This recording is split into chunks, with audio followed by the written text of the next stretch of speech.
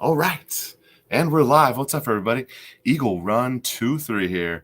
I have a really cool guest who is joining us, and we're going to have a great time. We're going to have a little firearms chat.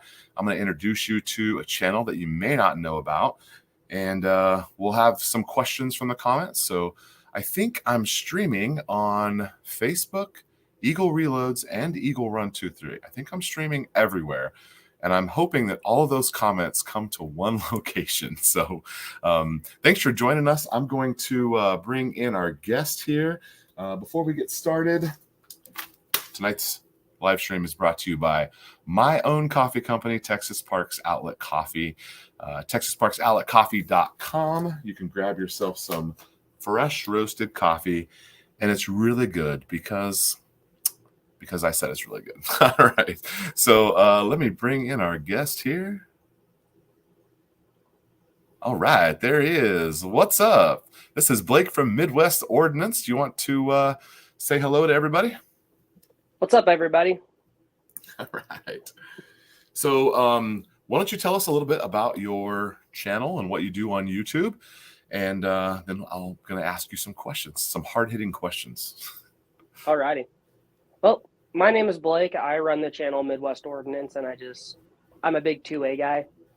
I like shooting stuff. I like showing off guns. I like building some. I got one right over here that's built. I have yet to show it off.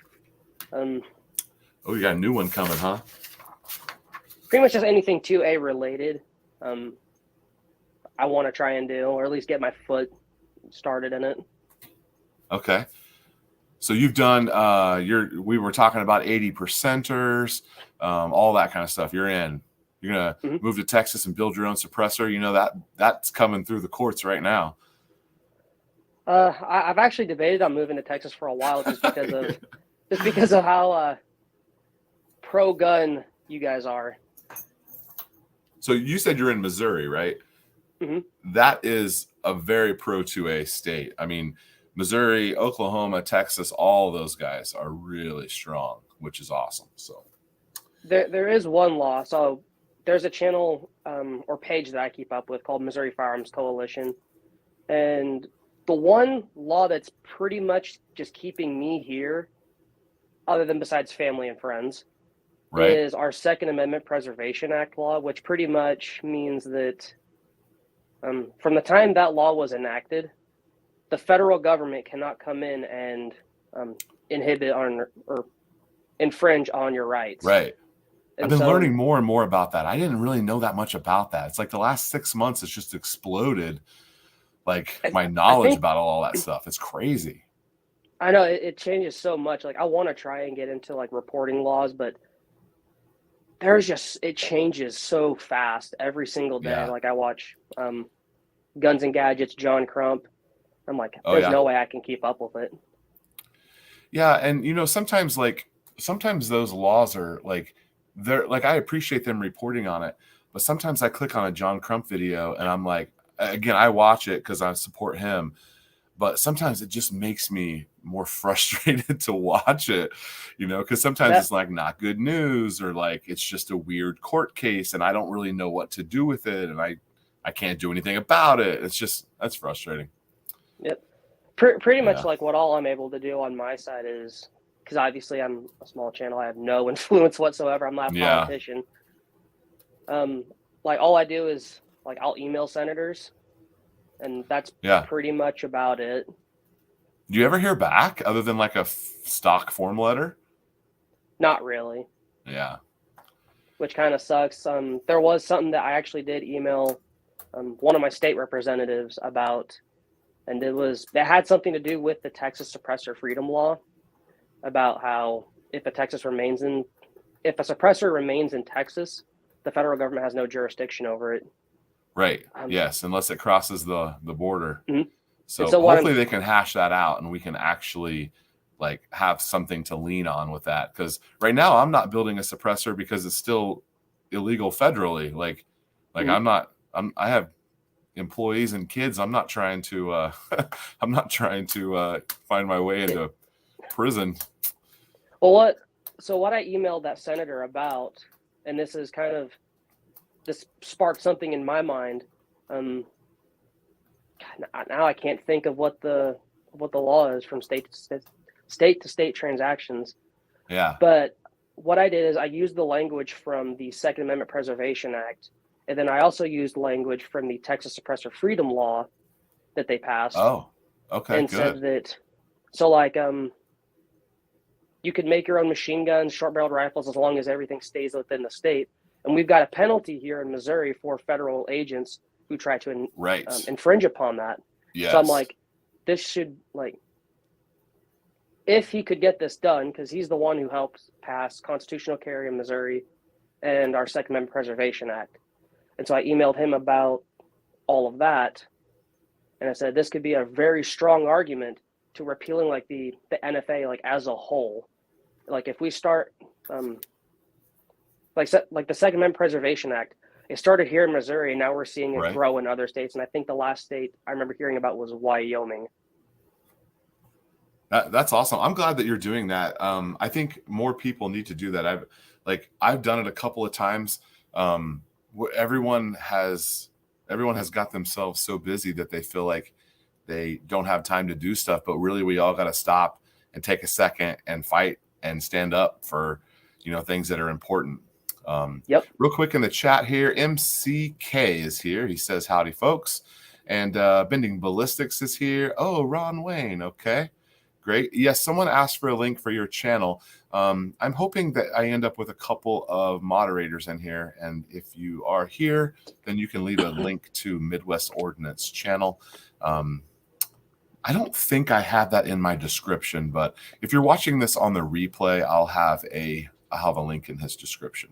So Ron Wayne says he is just trying. Oh, he must have been on another live stream and then popped over for a minute. So that's pretty cool. Okay. So I don't know if you're watching on Facebook. I don't have a way to know who's on which one. And it looks like all of the chats are being aggregated here. So that's awesome. Where in the Midwest? Clint Eastwood says, where in the Midwest? Oh, you know what? I can put that on the screen here so you can see it. Let's do it like that. You can see it now, right? Okay, that's pretty cool. Yeah. I'm actually from Joplin, Missouri, or roughly around that area. Really? Okay. Yeah, spent a week one night there in Joplin. Really? Actually, yeah, my wife and I got stuck there in a snowstorm a couple years ago, and got stuck in a hotel there. Our destination was not Joplin, but we ended up staying there, and then came back once everything started to melt. So I was about to say, what in the world would ever bring you to Joplin? Yeah, there's nothing. I'm originally from Kansas. Really? Yeah, so I'm originally from Kansas. I've been in Texas for like 25 years now. My wife and my children are all born here, but I am a Kansas boy. What's funny is I'm actually like 15 minutes away from the Kansas border. That's how close I am. So I was southwest Kansas, opposite side. Oh. So yeah, opposite side. But I went to school up in Kansas City area. So. Oh, nice. Yeah.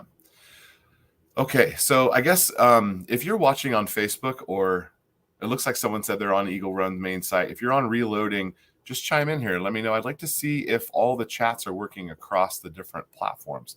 My first time to be able to do that. A Texan can drive. Yeah, I am a Texan that can drive in the snow because I grew up driving in the snow. And Kansas has brutal winters, brutal summers. The spring and fall is like 6 weeks total between the two of them. You got 3 weeks of fall and 3 weeks of spring. Southwest Kansas is pretty wild. Ron Wayne's on YouTube. I wonder if he's on Eagle Run or Eagle Reloads. Could be either one. So, okay. So let me. We were talking about 2A stuff, and I have a couple of things that came up this week. So my brother messages me and goes, "Hey, did you delete your PayPal yet?" And I was like, "Bro, what is going on with PayPal?" And he's like, "Well, they said they're gonna, do all this stuff." And so I went and researched it, and like absolutely horrifying what was in there. And then they have this like half-ass apology about, oh, it wasn't supposed to be in there. Listen, whoever put those words on that paper is the devil. Like, that's just Yeah. awful that you would write that down. I don't care if it was supposed to be on there or not. I hope it wasn't supposed to be on there, but who wrote that down? That's My the scary part. my thing is, I don't think it was. I don't think it was an accident. I think it was, in my opinion, I think it was on purpose, because you see all these other companies going on about, Yeah. misinformation, mainly about COVID. Yeah. And then, if you try to speak out against it, they're gonna penalize you for it, like Facebook, Twitter, and everything, all the other big tech giants. So you think So it I was like mean, a soft leak? Like, it I was don't a think it. soft leak? Like, they wanted to put it out there so they could pull it back? I don't think it was a soft leak. In my opinion, I think that because in order for a policy to actually go out to people, you got to have like board meetings. You have to have research done on it. Yeah. Like there's talk about it, and then now I recently saw that I guess they're trying to. The trend in Google was how to delete PayPal, and I Yeah. think now they're trying to bribe people with like 15 measly dollars. I was like, what the hell? Well, the Scottish American is here. What is up, Mr. Scottish American? How's it And going? then our buddy Bending Ballistic wants to know what PayPal did. So, in a nutshell, they released their new terms of service, and it had some pretty horrifying language about how they could take money from your account if so essentially you could tweet something that's inflammatory and then they deduct money out of your account. I mean, that's not exactly what it was, but it's basically along those lines. Pretty much a start to like the China social credit system. Yeah, almost like that. Yeah, like there's like a Black Mirror episode about something like social credit where like you have to keep doing all these things in order to like be able to participate in this society. Our Yep. good friend Chris from the 740 is here. What is up, Chris? So that leads me to my next point here. I actually Googled 3 or 4 different ways, and I would love for someone to tell me the answer to this question. Is there a legit, outspoken 2A bank? Is there a bank that is literally has in their mission statement that they support the 2A? Now, when you punch this into Google or whatever you use, you're going to end up over on Reddit, and there's going to be some people like, oh, my bank doesn't care. I open carry in my bank. That does not mean that the bank supports that they're a pro 2A bank. That just means that that branch, every bank here in DFW, barely any of them will care if you show up with a gun on your hip. Like, that doesn't mean that the Bank of America is pro 2A just because they let you in with your gun. So I would love to see a pro 2A bank. And if that doesn't exist, someone needs to start us a pro 2A bank. Have you seen that? That actually does remind me. So a while ago, I was watching Legally Armed America, and what he wants to try and do is make a website where it lists a bunch of pro 2A businesses. I remember him talking about that. So I'm like, that'd be awesome. Man. Yeah. So, I mean, on one hand, like, I shouldn't have to go out of my way to support a 2A company. Like the company that I own it. It's pro 2A, but it doesn't say that anywhere, like nowhere on my website for my company. I'm not talking about the coffee company because it probably does say 2A on it somewhere. But my main job, the company that I own, that I do for a living, it doesn't say that anywhere on it. It doesn't say pro 2A. Like, should it? Like, does it? Like, I don't know. This kind of leads me. I got a little gnat in here. It leads me to one of my like foundational pieces. When I see a company, have you seen company logos that have the fish, like the Christian fish symbol? Oh, yeah. That drives me nuts. I am not a fan of that, and I am a Christian, and I am a Christian. I preach youth once a month on Sunday. Like, Nice. dare I say evangelical as well, but I do not like when you put a fish on your business logo. That drives me bananas. You're compensating I never for understood. something. I never understood that. Like, being a Christian myself, I've never understood the fish logo. Yeah. The cross I do.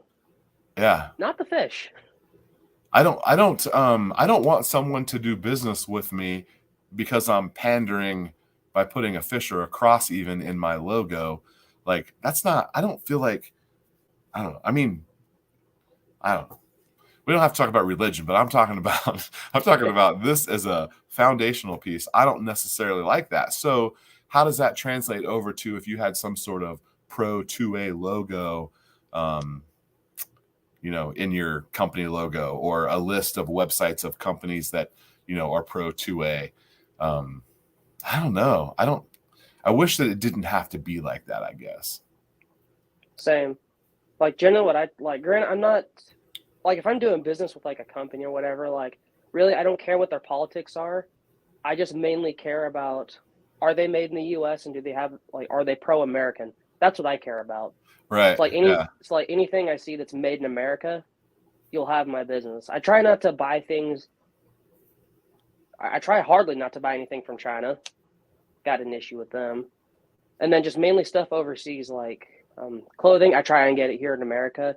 Um, Gun parts I try to get here in America. Pretty much everything I do, like I try to make sure it's made in America unless I absolutely have to get it.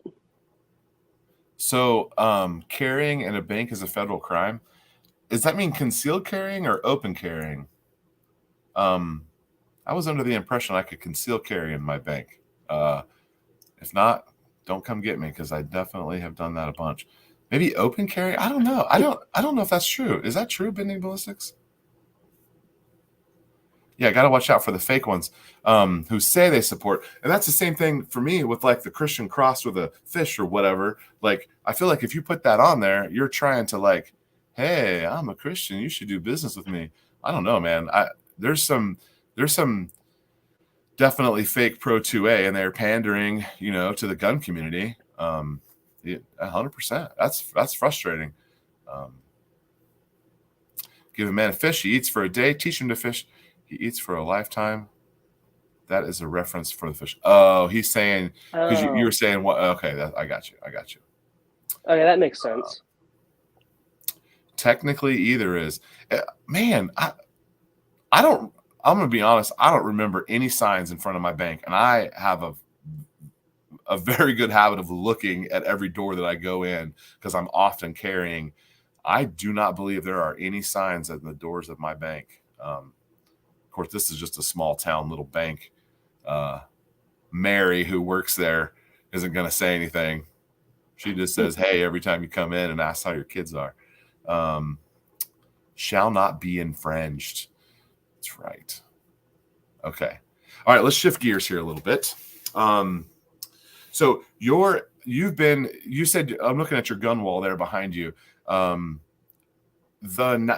one in the middle that has like a pistol brace, is that's the 9mm one, right? That's the 80%. Yes, that is. That's my AR9. That's the first 80% I've actually built.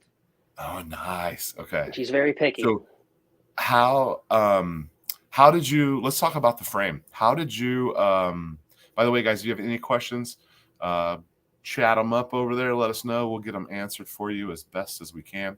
How did you go about finishing out the frame? So what I ended up doing is whenever the frames and receiver rule was signed off by the ATF, and things were going to change, I started buying a bunch of 80%ers at least once every paycheck because I'm still doing a regular job. And so I bought a bunch of 80%, but I didn't have the jig yet, and I needed to buy the jig. And so that's what I ended up using to finish that receiver with. And then everything else I pretty much bought almost immediately after. So which jig did you go with? I went with the 80% arms jig.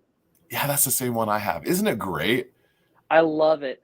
It's almost fun to do. Oh, I love doing it. Besides cleaning up the metal shavings, that's kind of the pain. Oh. I ended up there is so still aluminum glitter everywhere.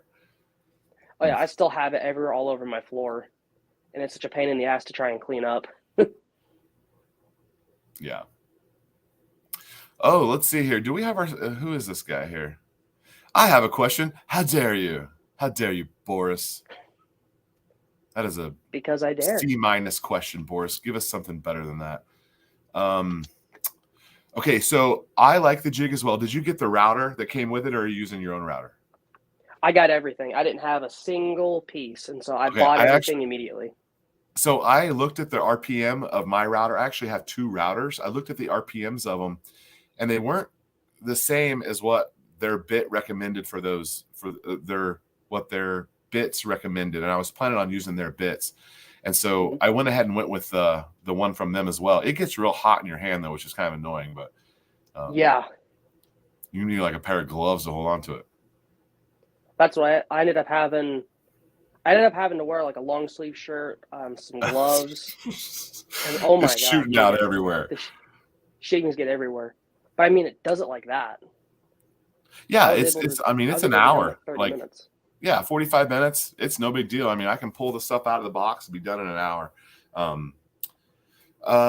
There is still glitter. I can see glitter in different places all around here, and I have cleaned and cleaned and cleaned. And so the next 2 that I did, I actually did out front in the driveway. And I thought, that seems like a good idea. You know, I can vacuum them up and sweep them up. Bro, there is glitter in my yard. It's, Oh my oh lord. gosh. I don't know. I don't, like, that's actually a reason why I haven't done another one. I need to mill out one of those 308s for the 8.6 blackout pistol build that's going down. And I don't want to make a mess right now. The polymer, you can actually use that same jig on polymer, and you can skip like every third, level. Really? It's because the polymer is no big deal to blow right through it. So See, polymer's not so bad. See, I didn't know that you could use a polymer 80 with that with the 80% armor because I tried messaging them about it, and then P80 as well, and they said to just use a drill press, and I don't have a drill press right now, so I'm kind of waiting to do that. Oh, just do it. It's that plastic. It won't do anything. So MCK says that he used a jig and a drill press. What jig do you have, Mr. MCK? Interesting. And Chris from the 740. Do you know Chris, Blake? I don't think so. Have you seen his channel? I have not. Chris has great videos. If you clicked on his channel and you watched a couple of his videos, and then you would be like, holy cow, how does this guy not have 20 or 30,000 subs? And he just does a great job. And he kind of does YouTube the same way that I do. Like, this is just like a creative outlet. Like, it's a hobby, something fun to do. I think it's great. He has a good channel. You would like his. He does a lot of reviews like optics, and he's a competitive shooter. And oh, sweet. Yeah. Aluminum and polymer both. Oh, so you did a drill press on the polymer, and okay, that's what you meant. You used a jig and okay, so he's done both. Everyone needs to I guess this Boris guy might have been a troll. Is this a troll, or do we know this guy? I don't think I know that guy. I never. Oh, maybe we get trolls on Facebook now because I'm on Facebook. Oh, I didn't think about that. I bet that guy's a Facebook troll. Okay, my jig from an off-brand, but you put it on an XY table vise on letter E. Okay, yeah, heck yeah. Absolutely. Chris needs everybody go sub to Chris if you're not already. Every time I run into people, they always say they already know who this guy is. So I guess I'm running in the same circle as Chris from the 740. Okay, so you have plans for another 80%, right? Mm-hmm. So you're going to do, I think you were talking about pistols and 308s and all of the above. You're in. Yeah, I'm going to, like I said, you can't see it, but behind my iPad, which is what I'm on, I've got a 308, I got an AR-15, an AR-45, AR-9, and then I got the print, shoot, repeat AR-15 lower. And then nice. And then I've got another, which is actually my next build. It's my 308, my polymer 308 build, and then I've got another polymer 80 for an AR-15. So I got that maybe like a few days before the final rule came down. Okay. And as it turns out now, it doesn't even matter. You just can't get the parts with the thing at the same time. Like, we were all super worried about that. I'm just like you. I stocked up on all sorts of crap I didn't need right before the ban. And Sure enough, it doesn't even matter now. You can just order it. Yep. Just don't ship it at the same time. Yep. That's what I started thinking. I'm like, I could still technically buy an 80% lower from one website, but a jig from another. So whatever this final rule did absolutely nothing. They did a great job. Bang up job. Excellent job. Oh, okay. So Boris says he's not a troll. Bro, I'm sorry. I was all hyped up. If you're really not a troll, that's fine. If you have a question of how dare you, I will answer that for you. Is that like a code for something? Maybe that's like a secret code for something. Can we see the PS? I don't know if he can handle it. I think that's the problem. He can't handle it. If it was behind him, he could point to it. So I guess I can grab it. It's right over here. It can't be in your hands though on the live stream. Oh, okay. Yeah, they can be behind you and you can point to them, but we can't handle them. At least that's the word that I got so far. So gotta love YouTube. Well, we're playing a game here, big game. So anyway, Clint, hop over on Midwest Ordinance YouTube channel, and maybe he'll show it to you sometime. I don't know. You have a video on that already or no? Not yet. So the issue that I have, and this is why I haven't uploaded a video in a long while, is so right now, like what I said, I'm on my iPad, and that's what I use to edit my videos. And all I do is film on iPhones. But up where I live, I don't have a lot of trees, so I don't have a good windbreak, and it's windy a lot here. So I don't have. I can try and yeah, that Midwest wind. I can try and edit out the wind, and I tried to do that on another video that I have, which is the one I uploaded on, or I gave to CRS Firearms, and you can kind of tell in a spot where I try to edit it out, and it's very noticeable. So I'm going to kind of just wait until I actually have a computer to where I can actually edit properly, a camera, and a wireless audio receiver, so where I don't have to have those audio issues, because that's where I'm running into a big problem. So I kind of have to wait for the weather to be right in order for me to do any type of gun video outside. Yeah, that's too bad. The Eagle Run 2-3 channel is all done on an iPhone. I do edit on my computer, but thankfully I don't have to deal with very much as far as outside noise. And since I have gone out and did a hunting video where I took the 8.6 blackout hunting, and I was trying to film some stuff outside, I have realized what an absolute bear that is to get that right. Most of the footage that I shot when we were hunting is unusable, totally unusable. I was able to pull a couple of stills out for some different stuff, but it's a whole nother thing trying to capture yourself, shooting videos outside. I mean, shooting videos of yourself shooting. That's a beast right there for sure. Yeah. The video that I did, it's called my first AR-15 build. And I looked up how fast the wind was supposed to be throughout the entire day. And at first it was okay. But I mean, over the course of I think it took me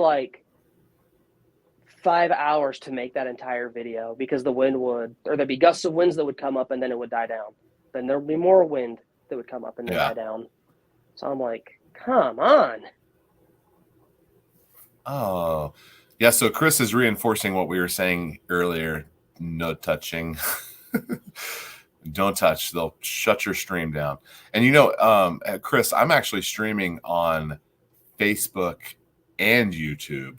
And there could have different rules between the two of them. For that matter, they might have already turned it off because we've got stuff in the background here. I don't know. Hey, it's our buddy Echo. Hello, gentlemen. How is everyone? Fantastic, Echo. Have not seen you in a while. Echo has moved, and apparently they don't have internet where he moved to. So I haven't texted Echo in 2 or 3 weeks. So everybody says hi, Echo. Echo's real popular. Hey, Echo. Have you seen Echo's reloading chamber? He does a bunch of lives about reloading and stuff. I have not.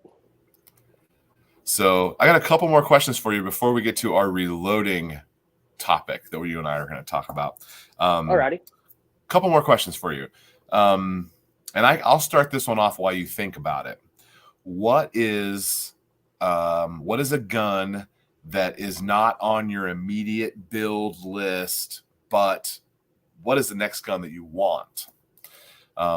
So for me, I have several guns that I want really bad that are in parts over here that will be done very soon, and that makes me really excited. Two of them you guys know about, one of them you don't know about. They'll be coming up here shortly, and that makes me really excited. I love having projects like that next project coming out. I love that. I'm also freaking deep as crap on projects over here as well. There's so many unfinished. I was scrolling through my videos the other day, and I'm like, oh, what happened to that gun? I haven't seen that gun in a while. I need to go back and revisit. So the one for me that is coming that I'm super excited about is I really am interested in building a bolt gun, like a PRS style bolt gun. And I don't know what caliber. And I know if Bending Ballistics is still here, he's going to be screaming out a couple of different calibers. But for me, that's something that's coming soon. It's a gun that I want.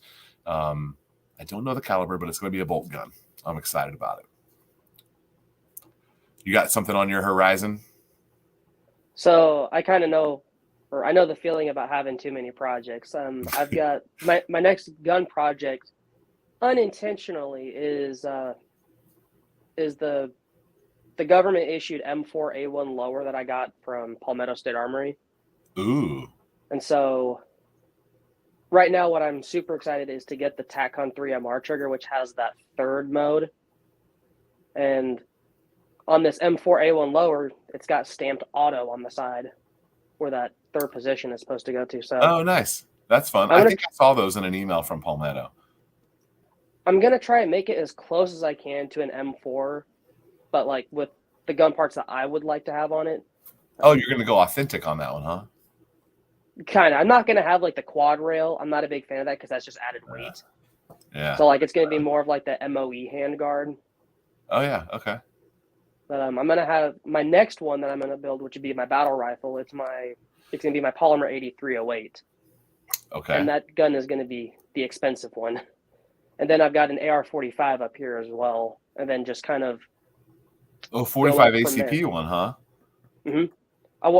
So the lower that I have, I got it from Juggernaut Tactical right before the final rule came down. And so I'm like, I got to get one. You know, I've got one in the AR-15. I got one in 308. I got one for my AR-9. Now I just need the AR-45. Oh, fun. Okay. Does it take lock mags? I believe so. Okay. I know this one particular, the first one I built, it does take Glock mags. And that one's a 9, though, right? Mm-hmm. But it only takes the Glock mags that are reinforced with steel. Because I do have some Glock mags that are just polymer, and I constantly have feeding issues. Oh, gosh. Vanessa Kitty. What is up, Vanessa Kitty? She's the Vanessa Kitty is always on the reloading chats. Nice. Some of the guys over here in the chat you maybe haven't seen before, it looks like. Okay, so next on the list, we're going to talk about a little bit of reloading. Alrighty. So, the reloading chat seems like there's several channels that do reloading chat, and when that is actually how I got started. They say you're supposed to plant an oak tree, 100 years ago, and the next best time is today. Last summer I said that. I've been wanting to do it for 10 years, maybe longer, and just kept putting it off because it's cheap to buy ammo, and I don't really shoot enough and all that. And I did shoot enough, and I should have done it 10 years ago, 12 years ago. But like 12 years ago, like I would have been in my 20s 12 years ago. So I wasn't thinking about reloading when I was in my 20s. Like I knew that I should, but like 20-year-olds don't reload very often. Like that would have been, I'm in my 40s now. And sometimes these reloading guys are like, I've been reloading for 40 years. And I'm like, okay, I'm 40. So, but so that's how I started watching videos, figured out what I wanted, and figured out how to do it. And Echo, specifically Echo's reloading chamber, as soon as I made the Eagle Reloads channel to start putting reloading content specifically on that channel, which, by the way, in 13 months, it's already crossed 1,000 subscribers and it already has 4,000 watch hours. I could monetize that channel in just 13 months. It busted through all of the parameters. So I don't think I'm going to monetize that channel. It doesn't seem worth it. But we'll address that later. But I decided to just jump in. And so Echo helped me. He invited me on his streams and ran me through how to do stuff. And the YouTube community is really great for a lot of that stuff. I mean, there's several guys in the comments here that I have their cell numbers, and it's usually me asking them questions. Nobody ever asks me questions because I'm the new guy, but it's usually me asking them questions. And man, they really take on my problems and make them their own, which is super helpful because I don't have a single clue what I'm doing sometimes. And then my big idea was, hey, you don't know how to reload. You should reload a Wildcat. That was my great idea. And so here comes the 8.6 blackout. Nobody knows how to do it, or everything's wild, wild west. People just making up stuff, putting it in there and shooting it. So trying to do that safely and work across 8.6 blackout reloading. I have learned so much in 13 months about something that I was so interested in for so long. So you're considering it. That's where you've left off, huh? Yeah. So what I ended up, so I was actually just browsing on Gunbroker. Oh. Like almost what every gun person does. Yeah. Just looking for random stuff, just seeing like what's up there, and I saw that there were 200 rounds of 5.56 tracer projectiles, and so I'm like, I'm gonna buy them all. So I bought them. So I bought all 200 of them. I've actually got them sitting right underneath here in a little plastic bag, and I've got an ammo can just full of all the brass that I've shot. And so I eventually went into reloading all of that because, start saving brass now. Yeah, because, ammo prices aren't 2019 prices anymore. Although they are plummeting right now. Oh, they are? Yeah, ammo prices are just continually coming down in the last 3 months. Oh, that's good. You can buy 9mm in the 20 cents a round. Really? Yeah, all over. Between 25 and 35 cents is what range 9mm going through, and you can barely reload it for that right now. If you bought your reloading components in the last 3 years, you can't really reload for much cheaper than that. Now you can make better ammo, and you can make ammo specific for guns, which is valuable. But as far as a cost perspective, as ammo prices go down, reloading becomes a little challenging. I know last time I heard something about reloading is the primer. Like you can still find like all the gunpowder, the projectiles, and the casings. It was the primers that were really hard to find for a while. I'm on alerts everywhere, trying to get stuff. I mean, I have plenty, but I'm trying to get more. Large rifle primers right now are freaking impossible to find. And I've had 3 people message me in the last couple of weeks because I kind of been putting out there low key that I'll trade some small rifle primers for some large rifle primers. And I guess EagleRun23 at protonmail.com. If you're in the DFW area and you want to trade small rifle primers for large rifle primers, I'm down. I would take 1,000 to 10,000, somewhere in that range. I don't need any more than that, but a couple thousand would be great. 5,000 would be awesome. So you know a little bit about it, and you kind of know what you would be getting into. So that's valuable. Yeah.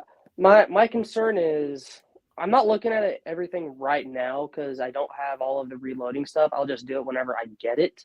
Yeah. But my thing is, I've got the tracer rounds, and I've tried to look up, and I just couldn't find anything for 5.56 tracer. Like, like how many grains are supposed to be in the How many grains in of the powder, right? casing. Yeah. Yeah. So I couldn't find anything like that. And then the other thing that I want to get for my battle rifle is I want to get into loading the 308 Sabo rounds. Oh, And so because that's Kentucky gonna Ballistics didn't convince you that that was a bad idea. I mean, it looks That's fun. awesome. Yeah, exactly. Echo says he started on a Wildcat cartridge as well. Hey, if you're gonna step yourself into it, you might as well jump all the way in. So, I think that I told myself initially that reloading was a good idea because um, I'm a prepper first, and as a prepper, I wanted to reload on a progressive because I thought that I wanted. See, I'm wording this in the past tense, and I'm giving away a couple things here. I thought that I wanted to just hop over there, push print, and bang out 500 rounds, and put them in an ammo can, and that hasn't happened yet. And now you know what I did? I did something disgusting the other day. I actually went on Dylan. You know Blue Dylan, right? Are you familiar with this press? I'm not. So I this don't is a know a lot of Dylan. the press brands yet. Okay, Dylan Precision is the blue team. I'm a big fan of the blue team. Here's something disgusting that I did. I went on Dylan's website and I added to cart another one of these presses because I'm like I get one set up and then I'm like, well, if I could reload blackout here and then 9mm here, I wouldn't have to switch everything around. And like they're like $1,500. So like, Whew. yeah. So that's why I'm telling you, it was disgusting that I was even considering that. But hooray, ammo prices are coming down. That means primers soon too. You know what? I don't know. The primers, like if you want a small pistol or a small rifle, I get alerts on those 10 times a day. They're available all day long, and you can pick them up for $90 plus hazmat, which sucks, but $90 plus hazmat. You can get small rifle, small pistol. They're available right now on somewhere. But it has been 3 months since I've got an alert on a large rifle. And I probably have 3,000, maybe 4,000 large rifles left, but I want some more. Mowing through them on this blackout. Blackout and Creedmoor for me both take the large rifle primers. You can get anyway. Don't worry about that. They do make small rifle primer ones as well for those rounds, but so I think I was saying this earlier. I thought I could convince myself that the price was the reason why I wanted to do that, and I can set out here and just make buckets in 9mm, and that would make my little prepper heart really happy. In actuality, what happened is you buy this and you buy this and you buy this and you keep going. And then you're like, well, if this is good, then this is good. And what's up, Hasbro? Hasbro is also a reloader. So you get all the way through this. And I haven't added up how much money I spent back there. I haven't added it up. I'll have to put it on my taxes here pretty soon, because I'm going to deduct all that stuff. But it's got to be $4,000. I mean, That's it's kind probably of more than that exciting. because I got powder and primers, and I mean, it might be more like $5,000 or $6,000 back there. That's kind of what I'm hoping. Like, if my channel ever does take off and I can turn it into a job, I can have all this as a tax write-off, and that's amazing. Yeah, the Eagle Run channel is going to lose a crap ton of money in 2022 because we've been spending. Oh my gosh, this project table over here. I mean, that Grendel builds like $1,500 for that Grendel. Have you seen my Grendel? I think I have earlier. I mean, it's like $1,500 easy, and that's no optic. I mean, that's just the parts, and usually you can buy parts for cheaper. Like that's the parts. I put all premium stuff in there, and yeah. So look. Oh yeah. Oh, did I miss Erock? Hey, I did miss Erock. He's a good dude. He comments on a lot of stuff, and Nice. we seem to be on the same vibe here. Hasbro is down to two. Yeah, when I get down to 2,000, I don't really have a policy on that because I've only been doing it for 13 months. But I agree with you. That seems like a good policy. I don't want to have less than 2,000 primers. And then Hasbro is also on my blue team. Oh, I pointed the wrong way. Dylan, Team Blue. That's right. He said that thing before I was born. Miles is also a reloader. See, I got all these reloader buddies. Miles is also a reloader, and he says he did not get any YouTube notifications. Miles, listen, I'm streaming on Eagle Run Facebook, Eagle Run 2-3, and Eagle Reloads. We're streaming everywhere, and we've still only got like 20 people in here, so you can tell what kind of pull I have in the marketplace. Oh, you're saying 2,000 of any? Yeah, 2,000 of any one type. Absolutely. I'm not going to say any more numbers because people get weird when you start saying numbers. But I agree with you, Hasbro. I am pretty flush in the small pistol primers. I made a large purchase this summer, but large rifle I cannot find. And there is a high five to Chris. Okay. I'm sorry. Go ahead. I'll say like the only bulk thing that I have an issue with right now is like trying to have enough rounds for everything. I just recently bought, I think, like 900 rounds of 5.56 at my local gun store. I think the only, which is actually this one right up here, if I can handle, I would show you. It's an AR-57, and I think I only have like 50 rounds of that right now. Oh, that's an AR-57? Mm-hmm. I don't think I've seen that one on your channel. I wanted to show it off. I think it's in a YouTube short or it's on my Instagram, and I have it posted. Maybe I did see it. I don't remember. Is that fun to shoot? Oh, yeah. It takes regular P90 mags. It's all direct blowback. This one's actually super light for what it is. 5.7. I feel like that's a little ballsy choice with the ammo availability and prices right now. I had a buddy text me, said he wants to buy that Ruger 5.7. I'm like, beautiful gun. I want that. But the carbine or the handgun? Yeah. So I really want a P9 or the PS90.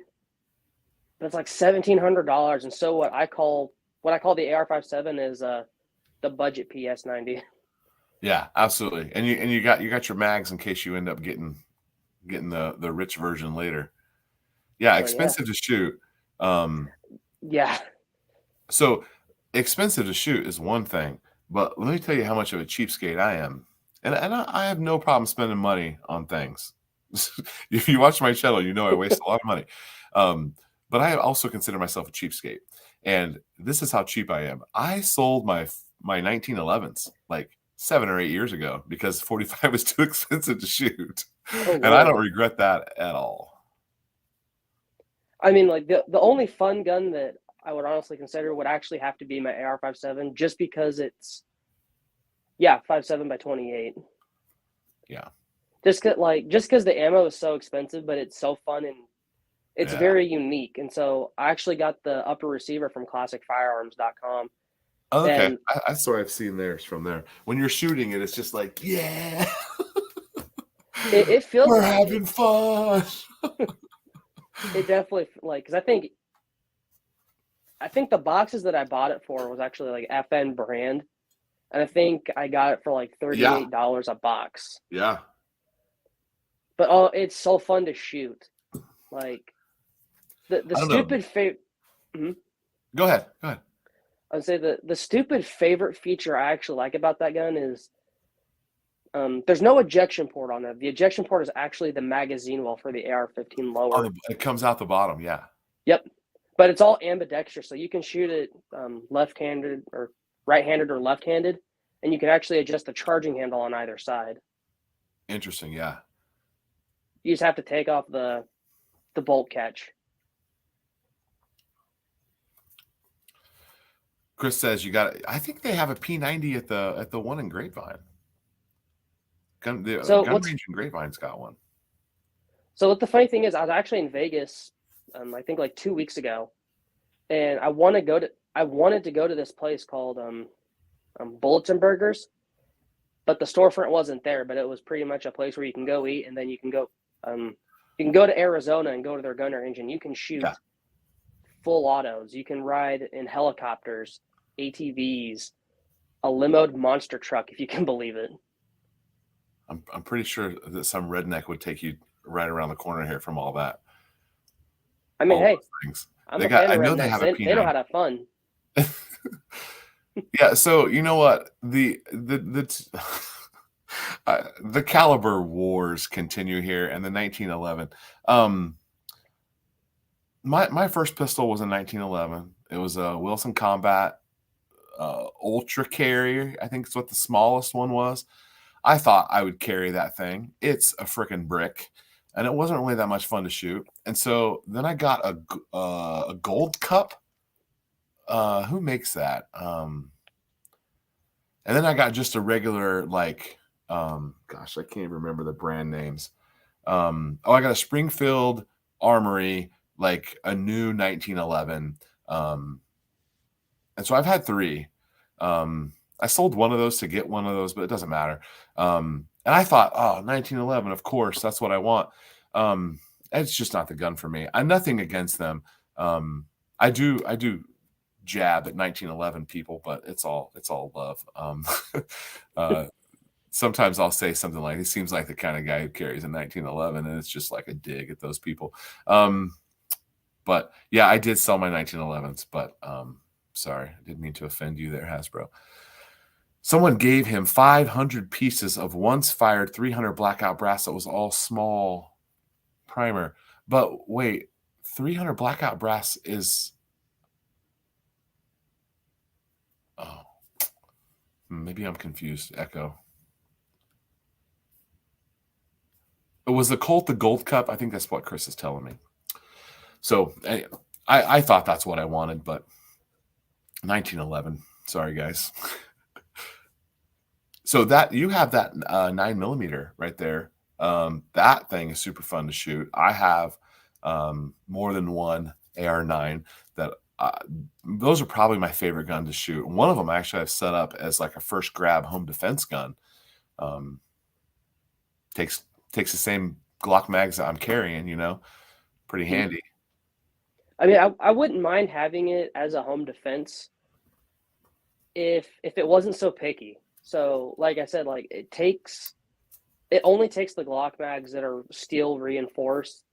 Yeah. And it also has to, what's the word I'm looking for? It's very picky on the ammunition that it takes. Did you up the buffer weight? No, so what the buffer weight has in it, it's from Blitzkrieg. I think Blitzkrieg Arms, but it's a hydraulic buffer. And the buffer and the spring system, for what mine is, I think it's rated for like anywhere from a 5 to an 8-inch barrel. And I think this one is a 7-inch barrel, so it's like right in the middle. It just has a problem with the type of ammunition. It's cycling fine. It's just not stripping rounds if you don't have the right mag in there. No, or like it's having my issue was it was having a lot of light strikes. Oh. And I tried to read up, so I didn't know if it was because of the bolt carrier that I have, or if it was because of the ammunition. And I noticed, because I went ahead and I bought just like one box of different brands. Like I bought Fiocchi, I bought Sig, and those two the Fiocchi actually seems to run really good in an AR-9. I don't know what the other 9mm brand that I bought was, but it just wasn't cycling good. So the P mags and the original Glock mags were fine. The P mags won't work. I kept having double feed issues. Oh, really? So the Glock mags that are steel reinforced, those work perfect. I'm trying to remember what brand mine. I think both of mine are the same brand, and then I have an FDE 9. That because why do I need 3 of these? But they're freaking awesome. I think they're all the same brand. I think I got them from 5D Tactical. I don't know if they have their own brand or something else. But That gun is so fun to shoot. And at like 25 yards, you put the red dot on there, and that thing freaking groups like nothing. I mean, you Oh can yeah, you could punch out a silver dollar size hole real easy if you drop a 30 round mag through that thing. There's nothing there. It's real accurate. I like it. yeah. I took that one out to my range, and I had like a little steel target that I just have that just swings, and Yeah. I kept hitting that every single time. And How far out with were you? I was probably about 25 Yeah. yards. I don't have a very big yard, so I kind of have to That's work great. You with can what I've shoot in your got. yard though. Yeah, but the pistol grip, it's the end of its anti-recoil. I got it off of Optics Planet, Huh. and Yeah. then the hydraulic buffer, it feels like you're shooting a 22. That's what That's it feels awesome. like. Yeah. That's awesome. Okay, so where were we? I think we were talking about reloading. That's where we lost ourselves, wasn't it? So someone left a comment on me the other day on my channel, and they said that if I would do a little bit of research, I could save myself a whole lot of headaches. And at first I was like, all right, guys, screw you. And then I was like, he's not wrong.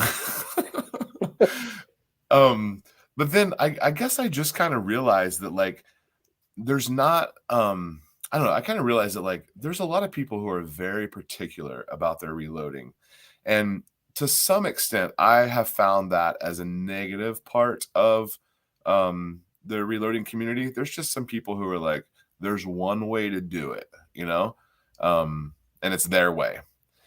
Which I don't have a problem with that. Like I'm fine with learning how to do something the correct way. I got no problem with that. And I'm also willing to like pay my dues. Like I'm really hesitant to give anyone any reloading advice on my reloading channel. Because whatever I'm sharing with you on my reloading channel, I learned like 5 minutes ago. So I'm not trying to be like a source of knowledge on my reloading channel. I'm trying to kind of vlog it really, just kind of show what's working and what's not working. And that's why I don't put any, I'm not going to publish any load data, like you should definitely not load what I'm loading until I've thoroughly tested it or until we know a little bit more. But yeah, I think that there's a lot of good things for someone to jump into with reloading. And I think that almost everyone should do it. But on the other hand, it's not right for everyone. At the gun range today, there's a guy next to me that I've run into. I see him about every other time I'm there, and he's a reloader. And he's one of the guys who's like very particular. And like, he wants me to write stuff down when he tells me stuff. And I'll write a note in my phone for you. That's fine. But he's like, write this down. And I'm like, I don't have a pen. Like I'm at the gun range. But I want to do like, I want to learn from him, but I'm also going to watch like 15 YouTube channels and kind of figure out what I think is going to work with the equipment that I have as well. So I don't know. That's one thing about that. So, hey, Miles says, what does Miles say here? He says he appreciates you covering CRS firearms when Matt was arrested. Oh, I guess he knew that you were from CRS. Oh, sweet. Miles Rose. That's how I got. Ross. That's actually right? where I got R-O-S-T. most of the subscribers that I have for my channel was. Isn't that cool? From him. Yeah. Yeah. Well, like so the schedule that I have, I work night shift, and usually I don't go to bed until 7 in the morning, and so I think around like 5 or 6 o'clock, I went ahead and I sent him that video, and I just went to bed, and then I woke up around 2 p.m. after I slept, and I was checking my phone and everything, and then I look on the YouTube Studio app, and I see that my channel jumped from like, I think it was like 30 subscribers at the time to 70.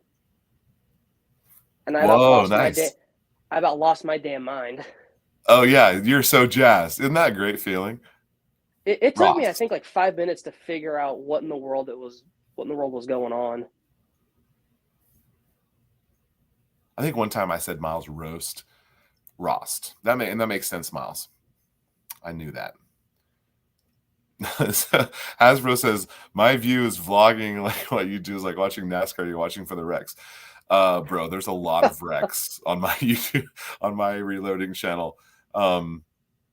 So yeah, I'll close here in a minute with my reloading story from the range. What did he say? Yoo-hoo, another nocturnal knucklehead. Third head rules. All right, you got some solidarity here for Hell the yeah. third shift. Wait, is a nocturnal knucklehead. Okay. It's like, what did he say? Yeah, I considered. I reached out to Crump and told him that I was going to make him a video. I don't remember what happened. There's a certain time of the year, without divulging too much about what I do for a living, there's a certain time of the year every year that I'm much busier than other times of the year. And I think I was thinking I was almost done and that I would have some time to make a video for him. And I had a couple of ideas. John was like, yeah, send them to me. I think I never really got around to making them. One of them I ended up just posting on my channel. I wanted to support him, but by the time I was ready to send in that video, he was already making some other videos about like, hey, I'm going to kind of be back a little bit. And so I just kind of let it go. But I have emailed with Matt. We emailed once or twice over the summer. I was asking him some YouTube questions. He actually helped me I got demonetized one time, and he went through my channel and helped me figure out why YouTube was demonetizing my whole channel. Like my whole channel got taken down. And he went through it, and he doesn't know me. He didn't have to do that. He's a nice guy. Super good guy. I've talked to his videos are getting pretty funny now with the characters he's doing. I watched his most recent one yesterday where he's got like the Joe Biden mask and the ATF shirt, and I'm like, what in the world is this dude doing? Should we all be ATF agents for Halloween this year, please? It's not a gun, but this is something that I do have for a future video, and it actually hurt for me to buy this. So I've got an ATF hat and if I can figure out how to unfold something, an ATF shirt. That's awesome. So you got a video plan for this, huh? Well, so originally what I had in mind was I recently got my very first suppressor, and so I wanted to do a video on that, and I wanted to turn it into an SBR. Granted, I don't have it out here, but it's a little 22. Oh yeah. But I'm kind of saving on the whole NFA stuff with Texas Suppressor Freedom Law and the Short Act. I'm hoping that pushes through. I'm hoping that if Republicans take over, without getting too political, if they do take over the House and the Senate, I'm really hoping that the Short Act and a lot of the pro-gun bills that have been introduced, because I've been keeping up with it like crazy, because I want something like this to go through. Yeah, so that's what I'm kind of faith in that, but it would be nice. I mean, I'm keeping my fingers crossed. Yeah. I've become very politically cynical these days. So you were you filled out your suppressor form and you already got it in. Like you went through the whole thing. Well, I went ahead and I waited for the e-forms, because the thing that really pushed me off on buying a suppressor or just anything NFA related is the gigantic wait time. Yeah. And so I'm 2 months into my wait time, or 3 months into my wait time right now. I'm hoping to have it by February. That's actually whenever I filled mine out. So it was February 8th whenever I purchased it and I filled everything out. And it was almost 6 months to the day. It was like a few days before that I was actually able to get it. So it'll probably take about 6. That's where it all begins, he says. Yep. Well, actually, the AR-57, I'm wanting to get a dead air mask for it. So this one's the AR-57 is super fun to shoot, and if you get a suppressor on it, beautiful. So for me, I'm all about the suppressor, but I want to shoot subsonic ammo. And so a lot of my load development for 8.6 Blackout has been focusing on supersonic because I kind of have an idea about what I want to do for subsonic, but I can't test it because I don't have my suppressor. So getting the feet per second in that magical 1,050 range is going to make that gun virtually quiet. I mean, virtually silent. So that's what my 22 is like. I've got the suppressor for it, and I haven't been able to find a whole lot of subsonic around my area. oh yeah, there's some sub 22. But I was able to find some subsonic 22 at Academy, and I bought like 4 boxes full, and it's just the pinging from the metal is way more louder than the actual gun being shot. So just the CCI standard velocity is just barely supersonic. I mean, I think it says it's 1070, but it would still crack, you know. It would still give you the crack. We'll see you later, Ron Wayne. Thank you for hanging out with us. Okay, what's coming up on your what's coming up in the future? You said you're not really making videos currently, but you might be coming back to it soon. Yeah, so what I'm going to end up doing is waiting until I have, like, if I can shoot a video outside and it's not super windy, then I'll go ahead and I'll try to have whatever camera equipment I have up to charge, and I'll do a video out there. But mainly if I'm going to do a video, it's going to be in here in my studio. But what I'm really wanting to do is I'm wanting to show off a lot of the guns that I build, but I just can't yet. So I'm going to have to wait until I actually get a decent computer, a good camera, and a wireless audio receiver. Yeah. That way I can actually move around and I don't have to stay close to the camera and yell a whole lot. One of my latest videos, I've got this this little arm that you can mount your phone to, right? And you can move it however you wish. Neat. Yeah, so I have that, and I ended up having my camera, my phone was really kind of close to me, and I didn't realize how close it was, and it was like you could hear every single breath that I was taking, and I was like, okay, back it up a little bit. That's not really necessary. I actually had to reshoot that whole video because it was just basically like me breathing. Like, back it up. Shot the CCI quiet ammo in my CZ4. What is that? A 457. Doesn't really work on that rifle. Just thought I'd try. Oh, it won't cycle, I think is what it is. SK rifle match for the win. Okay, Hasbro, where have you found that? Because I found this RWS match rifle. This, you see that number on there? That would be $12.25 for a box of 50, and that's 22. Now, that's great. And I found some Ely. I got some Benchrest Outlaw. Here's another $12 box of Benchrest Precision. I don't know the difference between Outlaw and Precision. We'll have to test them and see. And then this is just straight Ely match for $15.50 a box. Like, that's stupid expensive, but it gets worse because there's a $25 box of R100 from RWS. But wait, there's more. Here's a $30 box of Lapua Exact. Now, I weighed some of those out, and you're paying for something. You're paying for some premium sorted quality 22, because every single one of those weighed exactly the same number. So it's very easy to understand why it groups so well. Bolt gun, just wrong speed. To be subsonic with a bolt gun and your suppressor. I got you, Hasbro. Precision reloading.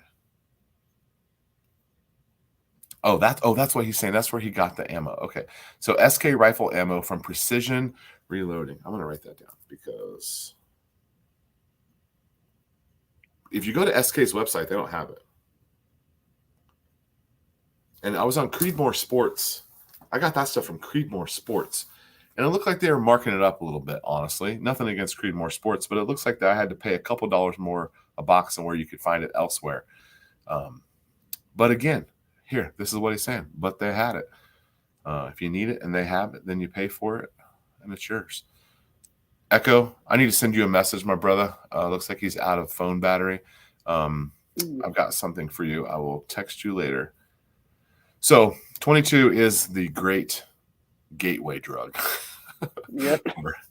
All sorts of stuff.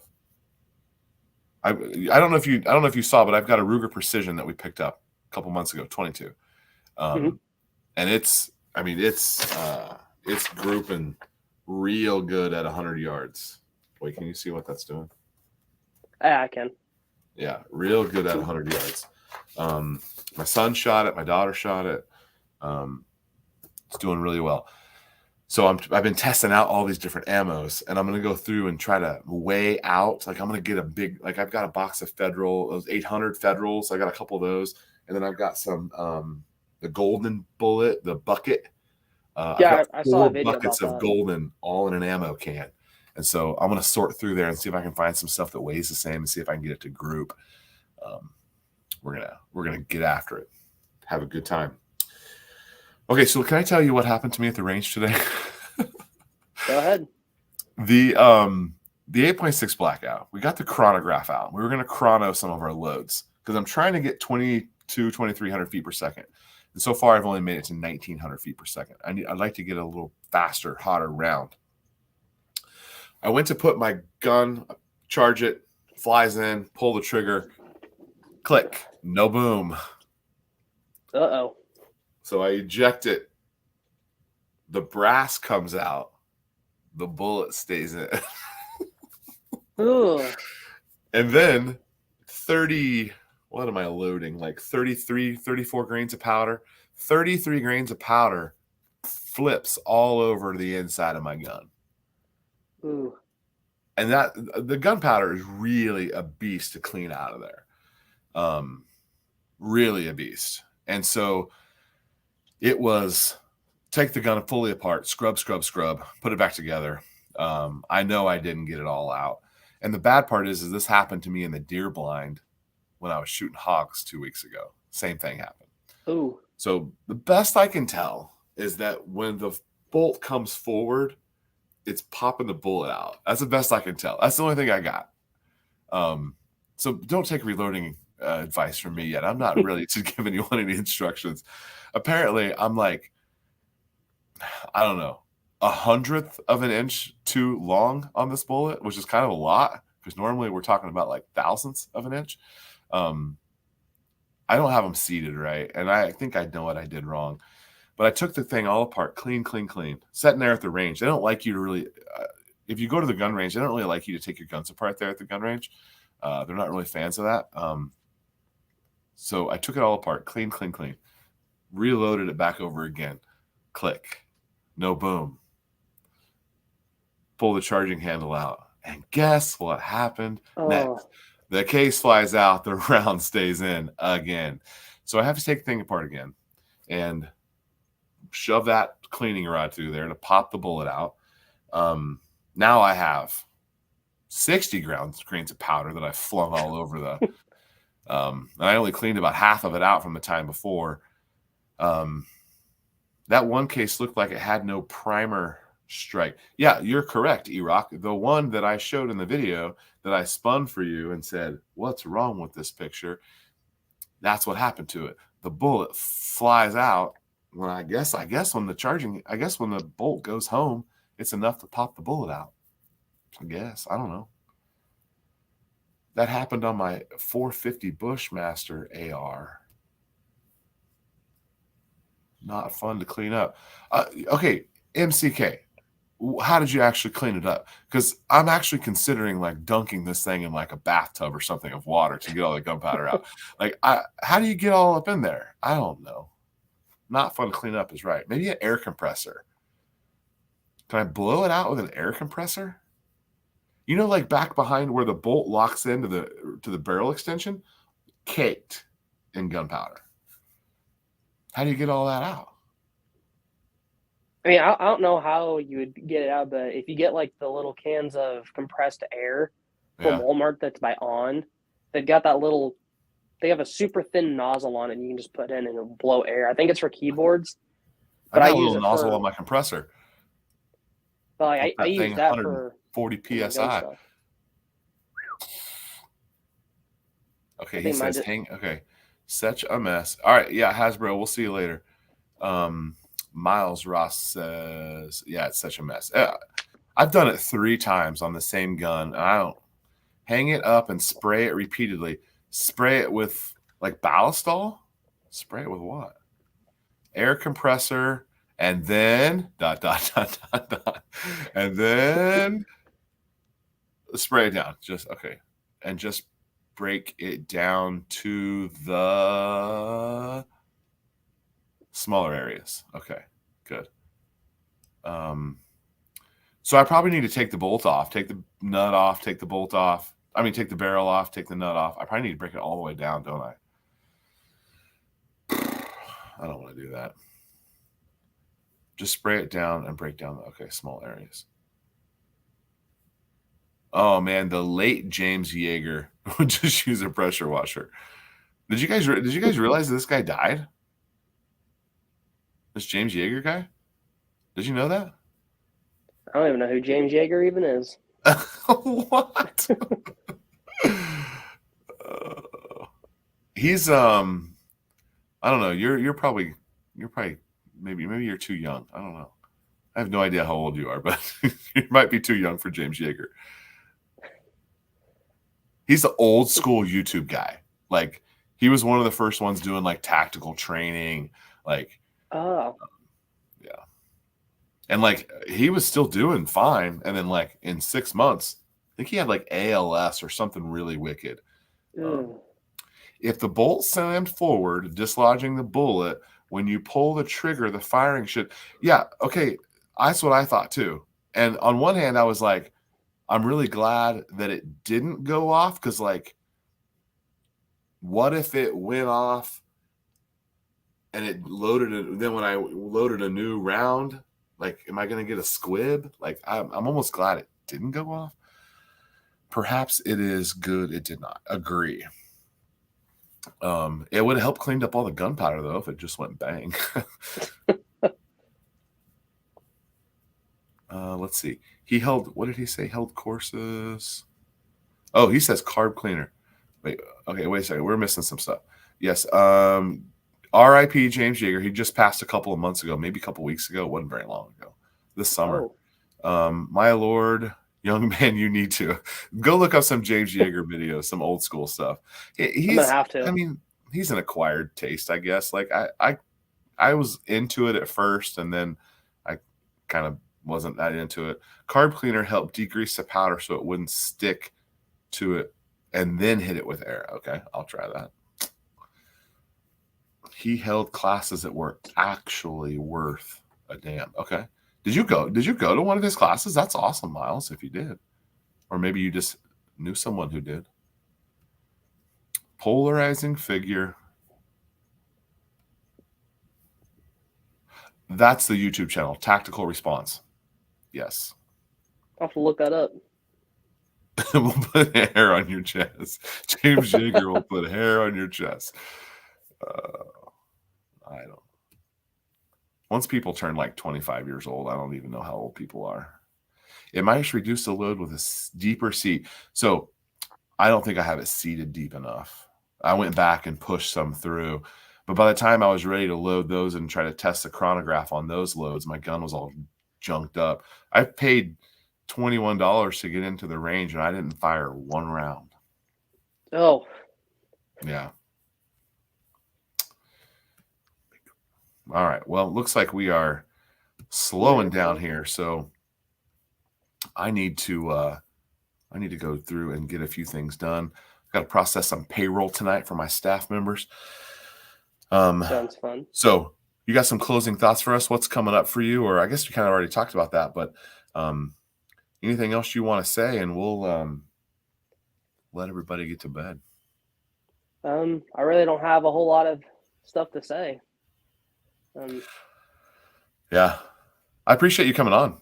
It was good to meet you. I've been looking forward to meeting you for like a month, and some people might know that we were scheduled to go live about a month ago, and I wasn't able to get on where I was. I wasn't where I thought I was going to be, and I couldn't get on. So yeah, kind of a bummer, but I'm glad we got to meet. And yeah, same. You have Thanks for having me. Absolutely. You got my cell number now, so we can stay in touch. And I'm slowly starting to put together. I'd like to put together a handful of live streams here over the next couple of months, and then when we get to real close to Thanksgiving, I'd like to start to do a couple of panels where we have several people that have already been on before that come on, and I'm going to do like a round robin question little thing. I think it would be kind of fun. Playing with some ideas for that. You know, the live stream stuff. In a way, this is a bit of like a podcast style, like because it's kind of an interview. It's kind of us just chatting, you know. But I think it would be good to maybe try to do a couple of interesting things if I have time. A lot of times I have big ideas and I never end up being able to do anything with them. But such is it's the entrepreneurial curse, I think. Big ideas. I need to hire like an assistant to help me. That would be great. Like the idea with a panel with multiple. Yeah, I think that would be fun, and I would do it where it's like almost like game show style, where like I'm like asking people questions, and maybe they have a couple of questions ahead of time so that they can prepare like a presentation even where it's like, hey, I need you to tell me why the magazines don't work and you know in this particular gun. And so like you would prepare like a 3-minute like knowledge dump, you know, about like here's what happened to me. I don't know, I think it'd be kind of fun. Can't speak. Would feel like school all over again. Well, it's like a book report. Have you seen the what are they called? PowerPoint parties? Have you seen these? I haven't seen those. Back whenever I was in school, which isn't too long, we used to do a thing called Kahoot. Oh, I don't know what that is. It's a really weird, bizarre way of like doing PowerPoint presentations. Well, maybe we're talking about the same thing. Like a group of friends will get together and like present on random topics, and they like are drinking and like making fun of each other and like yeah, maybe. Thanks for hanging out, Tim. Miles says he's down with a panel. We need more panel. Can we get some panel? MCK says good chat. Hey, I missed Emmy coming in here. Yeah, did you comment, Emmy? Yeah, he did. Oh yeah, that was him saying polarizing figure. Yeah. Okay, I did see you, Emmy. I'm sorry. He's a good dude. Miles is signing us off. Okay, great. Here we go. Pledge allegiance to the flag of the United States of America. Fantastic.